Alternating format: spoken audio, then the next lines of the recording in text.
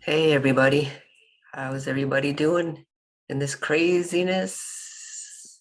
Is it feeling crazy for you? Crazy enough? So some of the topics for today. Going from macro to micro this year, the reset of our physical. We started kind of this year, I was talking a lot about the hypercube technology, the hypercube, the tesseract, and that this is the year beginning hypercube technology. And what does that mean? What does that entail? And all the geometries and new codes that have come is coming in alignment with this hypercube, and that we are the technology, it's in our genetics, it's part of the human blueprint, and it's because of this sixth harmonic universe, or the 16th, 17th, and 18th dimension, that we're utilizing hypercube technology. And it means it's the consciousness is as a soul.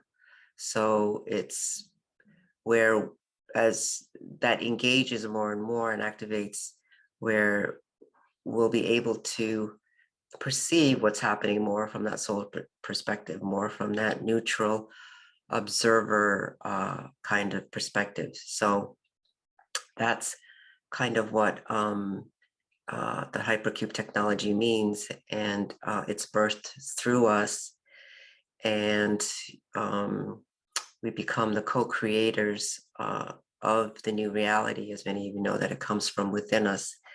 And so as we continue to align to ourselves, then we will birth that.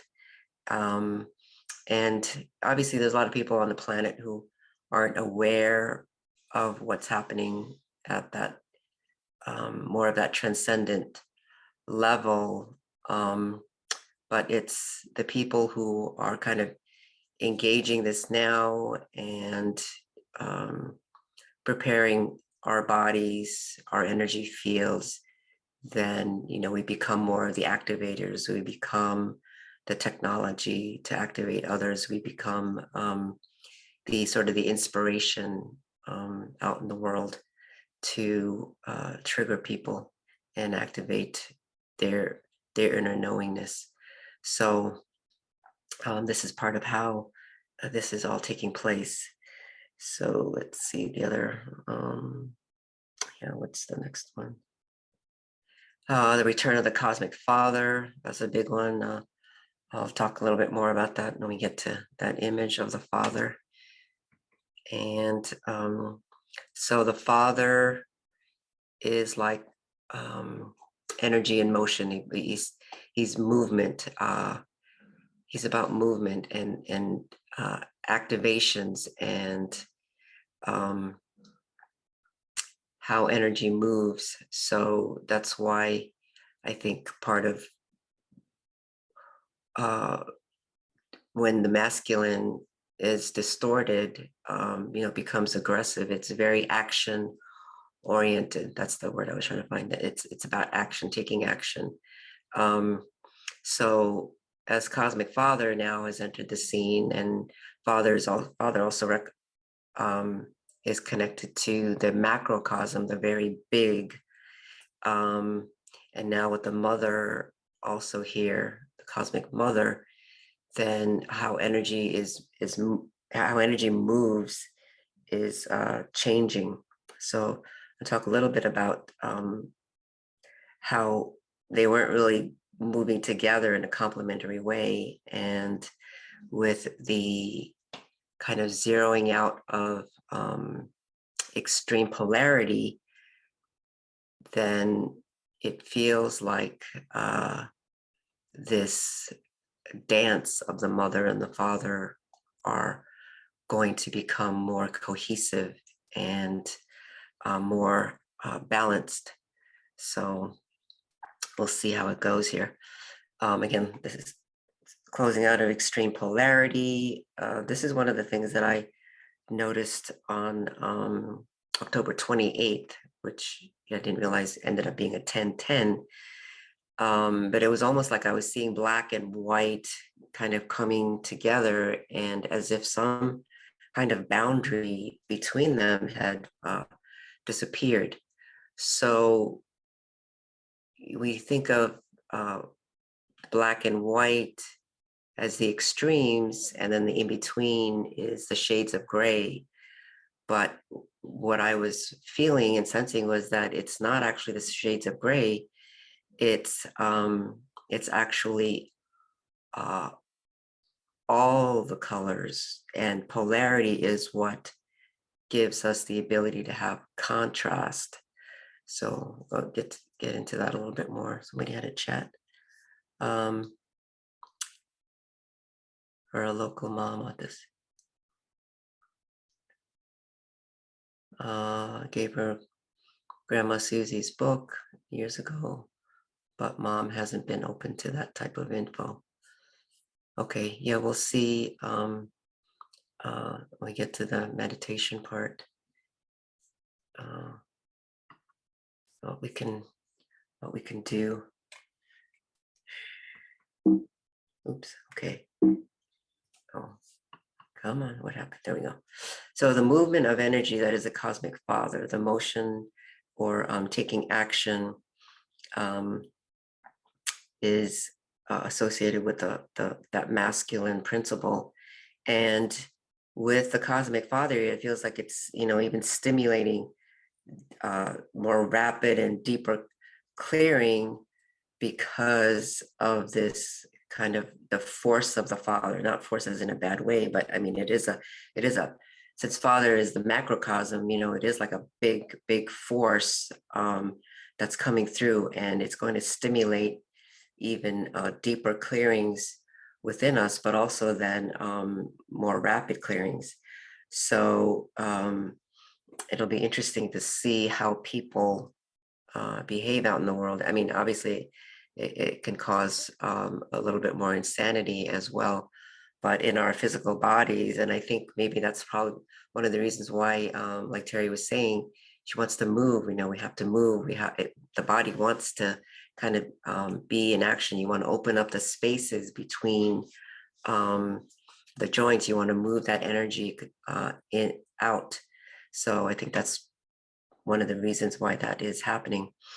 This was an interesting thought that came up a few days ago was, so, we think of emotions as energy in motion, but it's the father principle that, or that masculine principle of action, of movement. Then when we say like emotions are feminine and the mental body is quote masculine, I mean, I almost wanted to say that just doesn't sit right anymore. Like, is there really a mental and emotional body? It just, and those of you who went through Susie Miller's program about the Autism program, she had always said that the autists, they see the mental and emotional body as one. And I've gone back and forth with that, and of course they're one, but this is going to really become really different, I feel like, going forward, where the emotions are not by itself feminine or masculine, but it's actually the two principles working in unison that will bridge this concept of emotions and emotional body and a mental body.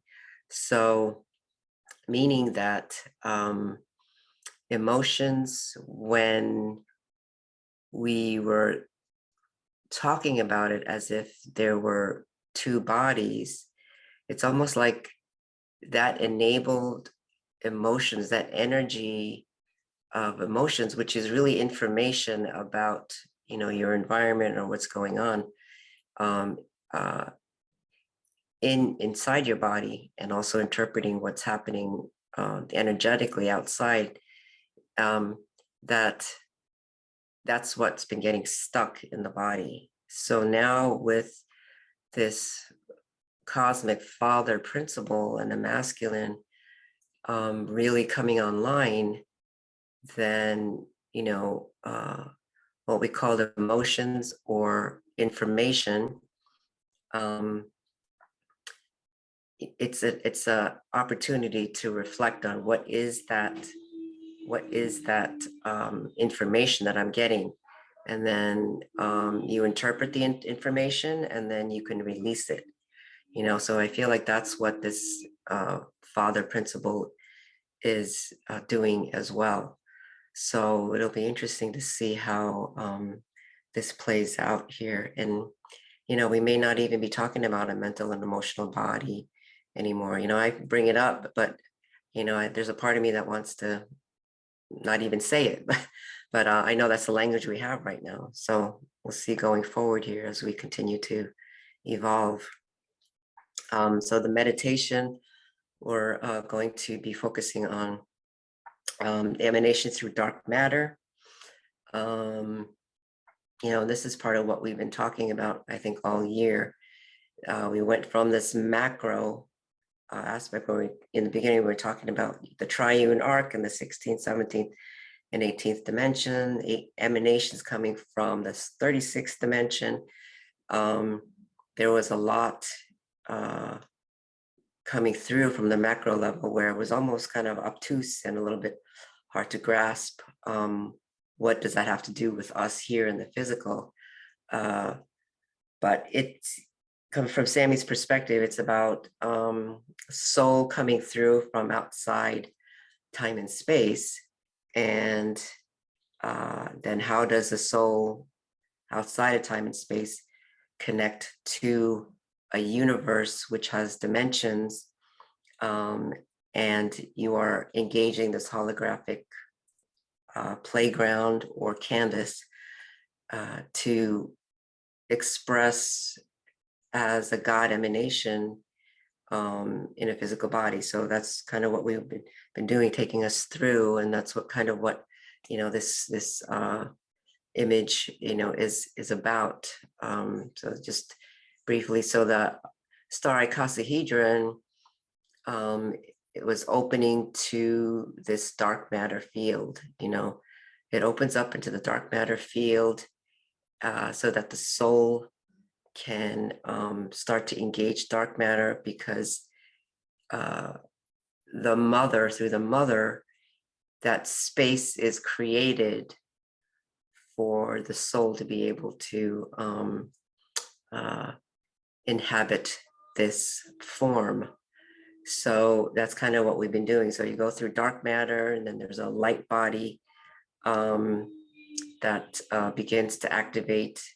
And all along, the point is, all along, your soul is supposed to be engaged at all these different levels, from that macro level where the soul exists to the micro level. And this is where the mother and the father, are playing a role together to support this human form coming into density all the way down to the first dimension. And that's why, we were kind of going through all that. And so that's what this means, is connecting the dark matter soul body, which has also many layers to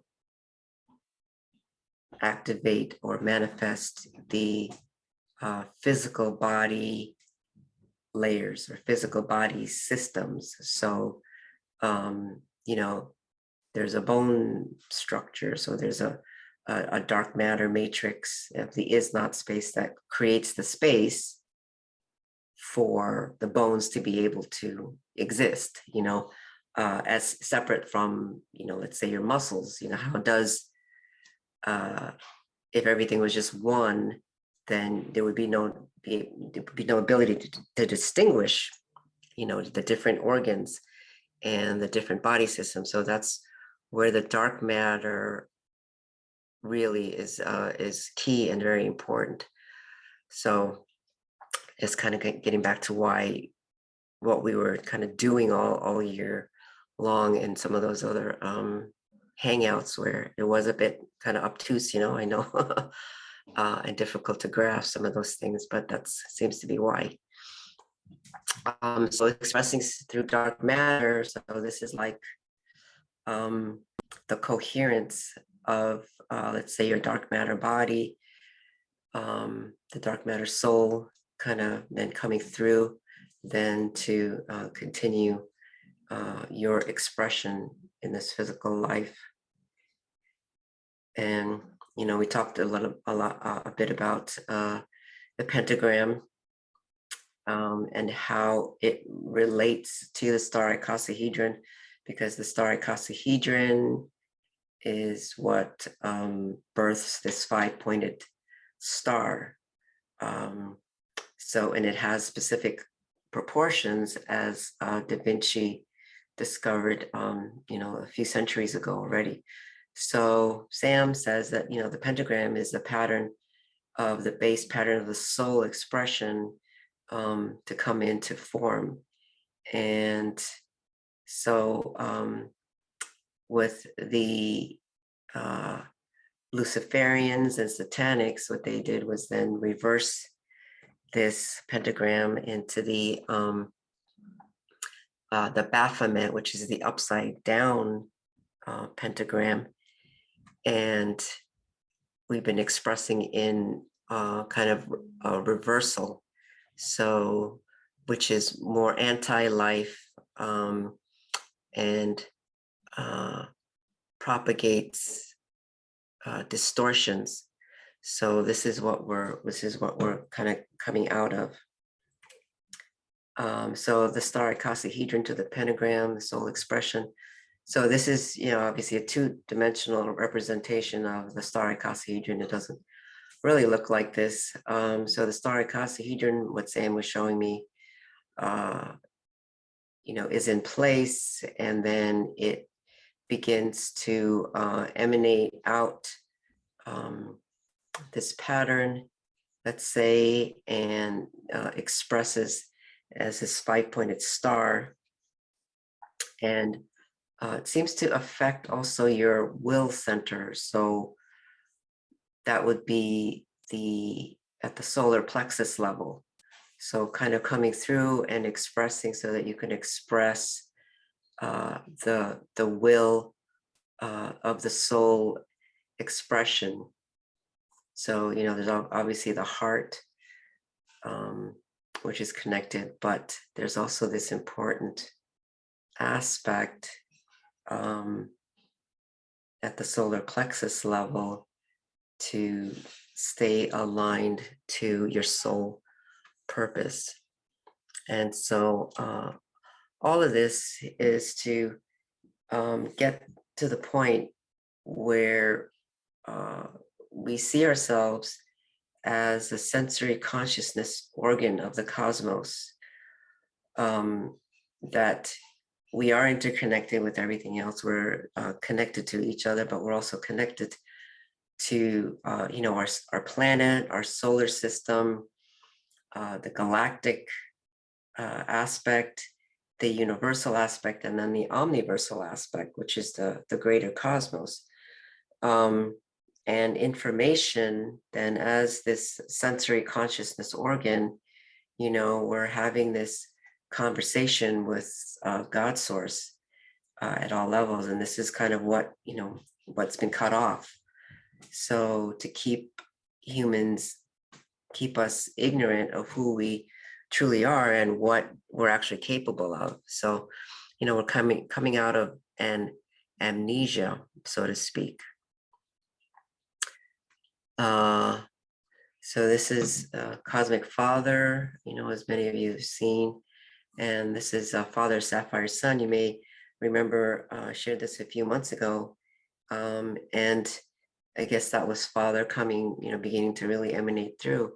the thing that I really remember about this father's sapphire sun was that it was like literally like an emanation of layers and layers of creation cycles that the cosmos, the greater cosmos, has undergone, even beyond outside of our known reality in a dimensionalized system, that there have been other creation cycles. I just called it alpha and omega cycles, and creating out of things that we don't even really can't even name here, but different, what it feels like is just different types of ethers. And so cosmic father, it was all like these lineages of the father aspect that went through, observed all these other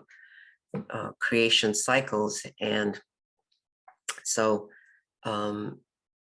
we're connected to even all of that knowledge, so to speak, or the logos of the totality of the Father. So we can't tap into it now from our human minds, obviously, but as the human continues to evolve, where this is kind of going to be more, this awareness of the cosmos through the logos of the Father will teach us and give us new insights. So, with the cosmic mother coming online, since the mother is like that magnetic principle, then it's obviously naturally then drawing the father to also come into this cosmic father into our awareness. So his eyes to me are like he sees the cosmic mother. He sees he sees his counterpart and his partner in the cosmos, and is drawn now to participate in this reality. So interesting, I hadn't really drawn Cosmic Mother, so Sammy had me draw her last night, and it's only fitting, right? So this is a representation of the Cosmic Mother and the Cosmic Father, and they can be reunited as in this oneness. And if you listen to the recording, if some of you listen to the recording on Saturday, let me just briefly go through, because I know some of you weren't there. But so from the autist perspective, one particular autist in particular, a few years ago, he came through and he like took me through like a visual kind of movie, and he showed me. So imagine, formlessness, where it's just a pool of oneness, and we may think of that as the original source, so to speak. And in that pool of oneness, then it emanates a breath, and and just imagine that that's like the first sphere of consciousness, and source reflecting, says, what just happened, what did I just do? And so says, well, can I do that again? And so exhales another breath, but this time it's slightly different. So we may call that like the first mother and father, so because they're slightly different. And when that happens, then the two can look upon each other, and it has a completely different awareness than when it was in this state of formlessness. And so it's able to see itself, and develops this kind of consciousness, sentience, and awareness to it. And so when the two join, they decide to join together, and then we have the first kind of vesica Pisces that's created. But what also happens when the two join is they create a third. So that's like the third sphere. And when that happens, then creation really takes off. So the first, if you only have two spheres or 2 points, you can only draw a straight line. So it's not until you get that third point that you get a triangle. And the first stable geometry. And when that happens, then creation takes off. And that's why we say 3 is an exponential number.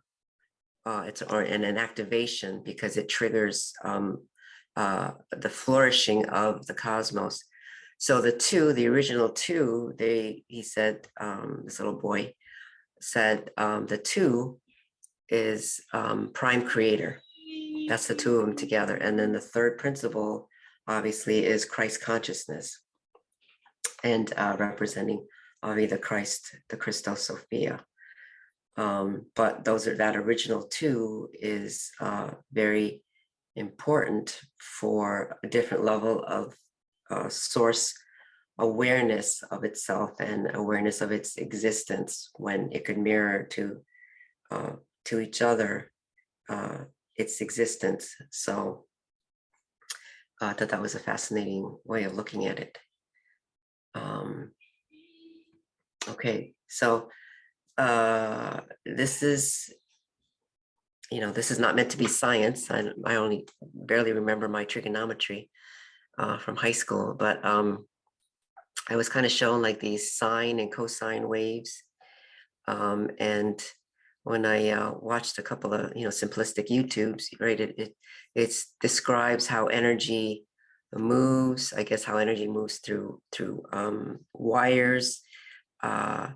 It also shows the pattern of frequencies and oscillations, depending on how you're measuring, whether you're measuring against time or I can't remember the other term right now, but so it's just meant to be an analogy here.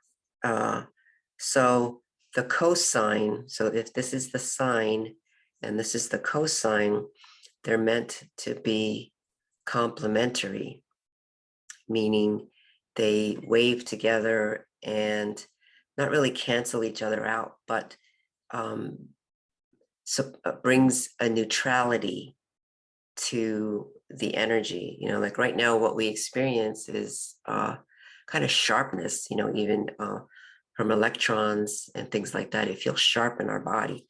And that's what can be damaging to our body and damaging to our genes. So, and obviously, these sine and cosine waves have existed here because otherwise we wouldn't be able to have the technology that we have, and also energy wouldn't be moving through us. But what Sammy said was that the energy these patterns have actually been divergent at times. So they wave together within a closed system. They kind of seem to be waving together, but they actually start to diverge if you go further out. And also it's in a closed looping system, which then doesn't bring that sense of neutrality. Oh, and she's also saying now that that's what has enabled these entities to siphon our energy. They take those divergent currents and then siphon them to power up, themselves, so to speak. So we're going to be we're connecting now to the infinity wave, which means that it's in an open system from macro and microcosmic levels. Oh, and so she also said, I was also shown that even the vagus nerve, I'm not sure what to call the traditional quote nervous system functioning would be. So we have the vagus nerve that I'm sure a lot of you know about, is like another nervous system in itself. And then we have the traditional nervous system where it's connected to our brainstem, and it runs down our spine, the spinal cord, and then we have the parasympathetic and sympathetic nervous system as well. So it's almost like these two systems weren't able to function together the way they're supposed to. And so with now cosmic father and cosmic mother, it's going to be bringing balance to those systems and enhancing the connections in the corpus callosum, right down the center of our brain where the two halves of the brains are. And then even neural pathways that then are supposed to connect into the brain stem, or that, and that's that spinal cord. I'm losing my words right now because Sammy's really coming in. So these are some of the changes that we can expect physically, but then also, I'm not sure at what point, but so then it's going to trigger the changing of technology out in the world to come back into that balance. The last time we met, we talked a little bit about gold, and that if we could really use gold as conductors, then it would actually be, the energy moving through it would actually be much more neutral, and it wouldn't be harmful to life on the planet. Okay, what else did I write here? Okay, we reconnect with the logos of the Father, and then the wisdom of the Mother. So yeah, the wisdom of the Sophia and the logos of like Christ consciousness. And somebody has a comment. Oh, Marianne says, thank goodness. Yeah, I know. If it happened faster, huh? But this is kind of what we're moving towards. Whew. I'm going to tone for a second, kind of move some of this energy.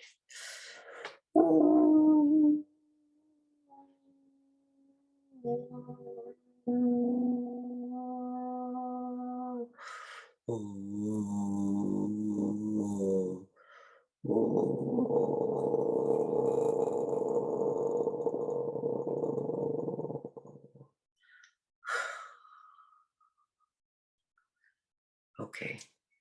All right, come on. What's the next one? Go.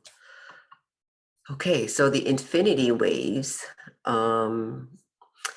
So what Sammy had shown me so imagine that this is the 18th dimension. Okay, so that means that's how big the scale is here. And this might be what we might call the 19th dimension here. So, it's not as, quote, formed, it's kind of more nebulous. And so the infinity waves is connected to source, and it's God speaking, so to speak. But it's not even in sound or light. And these waves, or God's language, infinite languages, are pinging the 18th dimension, which then translates into harmonics and sound and things like that. So it's going to correct, again, how energy moves in our world, how it reverberates, oscillates, and vibrates. So what that's going to look like, I'm not really sure, but this is part of what's happening with these infinity waves. So it's a completely open source system now. And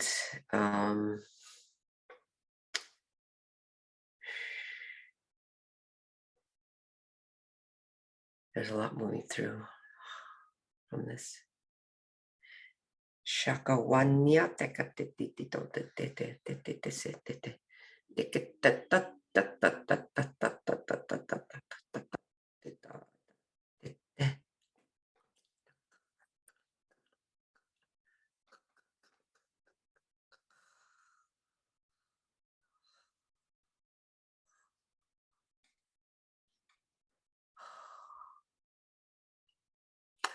So it's creating kind of, I just called it a symphony in the 18th dimension. And I mean, this is one of those drawings that just kind of emerged. I didn't know what to expect, but I really felt the sort of these oscillations of harmonics and sounds, and just a new language kind of being spoken from the God source, in a pure state of the all that is. I'm gonna take a sip of water.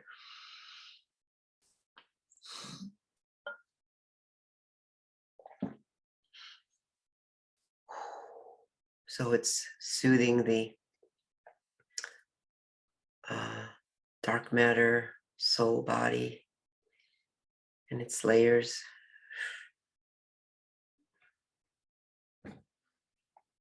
Ooh, yeah. All right, so the next one.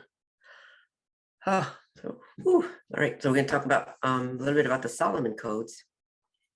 I think it came up in September. I can't remember exactly. I think it was September, where I was saying I didn't really know what the Solomon codes meant, but I think it seems to be getting clarification now. So these light language symbols in it correspond to each of these 7, what I called micro heavens, that I talked about last month. I think it was last month. The 7 micro universes of consciousness units that feeds the quantum field, so to speak. And so each of these is coming from one of these. So and the kind of the teardrop or the raindrop is from the macrocosm of the Father, and the Solomon codes are the codes for the sacred masculine. Sammy didn't want me to say divine masculine because that word's been overused, she said. It's the sacred masculine based on the Father principle, or the cosmic Father. And so what that's doing now is it's seeding into the dark matter, because we seed into dark matter consciousness. So it's going to begin to correct the masculine principle. It replaces demon seeds, what I would call demon seeds. And I kind of had that vision, a vision of that the dark matter and across our Milky Way galaxy had been seeded with these demon seeds for a fallen masculine principle, that makes that's what brings about the warlike and aggressive masculine consciousness. So it's anti-male female union. It seeds like the misogyny and things like that. So, and Sammy's said that this is like the seeding is an analogy of why the sperm fertilizes the egg. So this bridge now of bringing the sacred masculine into dark matter means that it's also seeding it into the unconscious and subconscious of us and humanity. So it's correcting that distorted masculine principle, and how that'll affect our outer world, is yet to be seen. I think we can probably assume that it's going to cause disruptions. Let's see. Okay, so then, so with the masculine, or the cosmic father and the cosmic mother, here now we can correct the star tetrahedron. And I know there are people out there that don't want to work with the star tetrahedron because they say it's part of the fallen Metatron's cube. But this is sort of the organic progression of how we come into a body, so from the star icosahedron, then we come into this star tetrahedron, which, I think a lot of you know, that kind of holds the light body in place. It coherently holds the light body in place. So this is the tetrahedron as a reference, in case some of you don't know. So it's two of these. One obviously is turned upside down and the other one is pointing up. So on the male, you can imagine that one of these points points out. So this, I didn't do a very good drawing of a 3D drawing of it, but so one of the points points out in the male, and in the female, and the female part, the point goes to the back. It points to the back, if that makes sense. And then in the female, the point would point outward, and the masculine part, the point points back, if that makes sense. So this represents magnetic. That's why it's kind of in that coppery color. Represents the magnetic aspect, and then the kind of the electric aspect on top. And Sammy's saying something about the sun.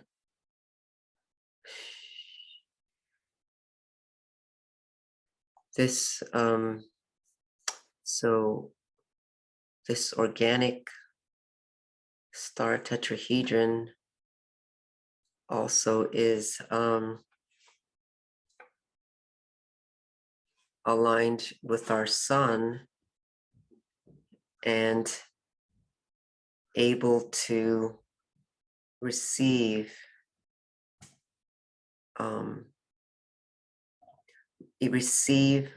energy from the sun more efficiently, which is then another reason why eventually, and I don't know what time frame we're looking at right now, we won't need as much to ingest as much food. So some of you know they are trying to block the sun's rays from coming in, because we really rely on that life force. Our life force really relies on the sun's emanations. Sammy's saying we're receiving plasma codes from the sun. It will more easily receive plasma codes from the sun, and since the sun is multidimensional, we'll still receive many life-enhancing rays from our sun, if that makes sense. Boy, I'm getting really hot now. about the sun. Does that make sense? The other thing you can do too is look up image of star tetrahedron, male and female, and it'll show you like the different configurations of how the female part, the feminine, or for those of you in a feminine female body, the how the tetrahedrons line up, and if you're in a masculine body, then what that would look like, configuration. Ooh, getting hot. Okay, so the human then expressing through the cosmic layers, let's say, so even that 5-pointed star is kind of pulsing through, Sammy is saying, through this star tetrahedron.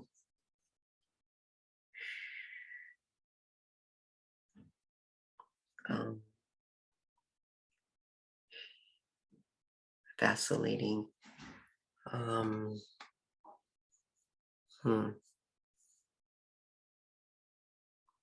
Okay, so the word vacillating is coming up. In the system that we've been in, this connection, it looks like it's been wobbly is what is coming up. Wobbling, unstable, a lot of noise, noisy, staticky, and again, it's like an interference pattern between our soul and light body. Yeah, that probably feels right. Got a few more slides to get through here. What time it is? Okay, so this is something that came up from somebody else that I was working with a couple of years ago. It was about 3 years ago, actually. We were doing a check-in with Sam. There's actually this micro universe of what we call triangle beings. So this black and white, and notice that there's still triangles, right? It's still polarity. It's still based on this tri-wave principle. So, and polarity, again, just meaning that it enables us to, it gives us contrast to be able to see or get information, or also to reflect to us nuances and differences. So that's really what polarity is supposed to do, not this extreme polarity where it's so painful. Okay, a few more, so I'm going to keep going here. This was interesting. A couple of days ago, I debated whether I should put it in or not, but it does seem relevant to what's happening and what's coming through, because there's so much energy coming through right now. I know this doesn't look like a raven, but that's how it came to me. I saw this little puff ball right before I woke up on Sunday morning, in this periwinkle kind of color. And it just had a little beak. And I said, well, is it dead? No. They said, no, you have to wake it. So I nudged it and it stood up, and it was this, I said, well, what is it? And they said, it's a raven. And it was literally like looking through a window pane, which obviously means it's on the other side of the veil. And so ravens are messengers. They, if this one is a harbinger of the end of extreme polarity, you know, they're black, and so they kind of represent the dark and the light as well, that extreme polarity in a sense. But this one is bringing through that extreme polarity is over, and also then bringing in a new magic, so to speak, because in the world that we have known, you know, you ask, well, how can these satanics, Luciferians do some of their magic, black magic and other types of what we would call evil kinds of magic. And that's because in the system that we've been in, whatever your intention was, if you set your intentions, then the Devic and the elemental spirits were kind of created to work with that. But now with this change that's happening, then our intention for what we're doing now plays a major role, and it will continue. The black magic ability for black magic and things like that will continue to fade out, but that's what I feel like this raven is saying. And also then from the other side of the veil, bringing through many new codes, many new I want to say Devic and no, just bringing through the new magic. Yeah, I'll just keep it at that. And so then this one would be the kind of the manifested in our world. Again, when it's gonna all start to manifest, I don't know, or well, we'll see. I mean, it's already underway. So, and it's happening fast now, especially with Cosmic Father here. So this one I had to draw today. Sam was not coming down until I put it on paper. So, but this is a Scarlet Crow, and this is what we would call the ruby sun emanations, but ruby emanates these different colors. So the scarlet colors has to do with the root or the first dimension. So there's a zeroing out of polarity, it feels like, in the first dimension. And you can see all the colors here, the orange corresponding to sacral, and then the yellow, which has to do with the solar plexus. So again, the lower three chakras, and this kind of brown, coppery metal color for new life, and these kind of purplish lavender colors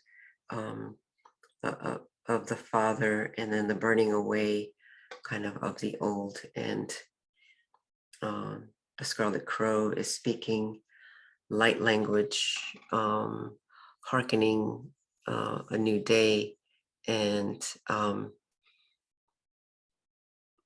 calling out to his and her cousins and sisters out in the world, that the spirit of the new crow and the new raven are here. So okay, let's keep going here. Okay, so other meditation images. As you know, we work with the Dantian power centers, and we work with this other one that goes across the still point, and then the fractal body chamber. And I'll talk a little bit about some exercises that goes with this. Lady Nyla, part of the Starlight Council that is overseeing the bridging of the antiparticle and antiparticle. So she'll be active with us in this upcoming meditation. And this symbol you saw was had to do with the 1111, and also then has a lot of codes. Was asked to give it a name on Nasha just to be able to reference it. So within this symbol is obviously a lot of codes, and it's deep. So I'm going to be using this symbol to to do some activation. So some of you might be able to activate it on your hands. I mean, I can draw it on my hands and feet and use it. So some of you may feel it as well, or you can practice just drawing with it and just see how it feels, because just drawing it will activate some codes for you as well. Yeah, the human as a pentagram. So in the meditation will also be really kind of getting more coherent with this pentagram pattern. So the top point connected to the crown. So imagine, let's say that this is, you could see it either way, but if this is the left side, connecting that to 7D, the palm chakra, the right side to 9D. So this is particle and antiparticle. And Yeshua showed me many years ago that that's how he created performed miracles, is it's the two, the particle and antiparticle is how we create. And whether you create with your hands, draw things, make things, speak, write, yeah, this is all part of using our hands. Our hands are very creative, as you know. So, and then the left foot chakra connected to 12D, and the right foot chakra 11D. So it kind of goes along with, if you think about those exotonial lines, right, those vertical channels down that hara line, the right side was 12 and the left side is 11. So this is kind of crossed over, just like those star-icosahedron channels of the electric and the magnetic channels that we crosses over. And so then, you know, the heart is at the center. So we're creating from our heart and soul consciousness is the basis of it. So let's see. Oh, I thought I had one more slide about exercises. Did I miss it? Yeah, I did. Yeah, so let me just go through this really quickly. Some movement exercises when we're talking about it in the beginning. So, you know, just some of the physical things, just putting your fingers at your tailbone. So it can be your index fingers or your middle finger, whatever feels more comfortable. And really connecting it to the root, drawing arm circles in front of the body, like you're creating a bicycle Pisces circles in front. And you could do it in both directions, you know, just circling. Position yourself like a 5-pointed star with the legs apart and going to the opposite, you know, and touching right hand to left toes and then left hand to right toes. And if it's more comfortable, you can also do that while you're sitting. You can also do some physical connections to your dantian and horizontal channels by, you know, placing your hand like left hand over your right hand or the other way around, whichever feels more comfortable. And, you know, putting them over that dantian, you know, where's that image? Each of those centers here, you know. And I felt like that was also made a difference in stabilizing what's happening, stabilizing the spirit that's coming through to connect to those lower, to those dantian centers, and also stabilizing your soul connection with the physical body. So yeah, I know that was a lot of stuff there. So did I have any more? Yeah, that was it. Okay. So I know that was a lot of stuff, a lot of images, a lot of energy, and I was trying to keep it limited, but then it just kept coming up. And so I feel like that Scarlet Crow was important to help people to stabilize, because it's really seems to be doing something to the root and also the the bone matrix. So I'm going to be using that energy to stabilize everything. Yeah, and just quickly, Heather, your friend, your neighbor who is having a difficult time with their, I think you said the granddaughter. Yeah, it's an intense time with all the physical matter changes that's happening. That she is feeling destabilized. I know this girl is an autistic, right? So yeah, Sam's been, having up and down as well because it's completely, what's happening is completely destabilizing us from the reality that we've known and the space that we've been in. So yeah, there was one more image. I better forget it. For now, obviously that was enough. So if everybody is ready, okay. Well, thank you, everybody, and hope you're all going to integrate well. You will integrate well, and it's been a lot. It's been challenging. So thank you very much for joining in.